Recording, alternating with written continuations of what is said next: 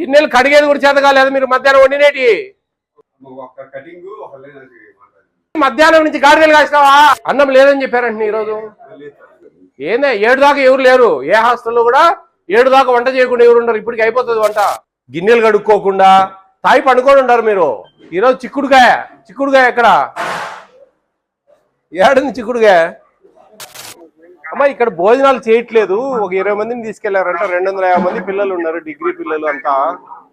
వాళ్ళకు వంట లేదన్నారంట. ఏంది వంట లేదేంది నాకు అర్థం కాలేదు. అంటే నేను అబద్ధం చెప్తున్నా నా తల్లి.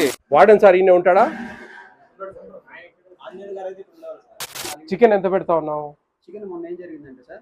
చెప్పు. నువ్వు చెప్పే అరికతలన్నీ నేను అడిగిన దానికి క్వశ్చన్ ఆన్సరే లేదు. నువ్వు ఏందో అరికత చెప్తాను. నేను అప్పుడే చెప్పిన నీ అరికతలన్నీ వింటానని చెప్పేది. నా కోపం లేపాక స్వామి, నా కోపం లేపాక దయవుంచి.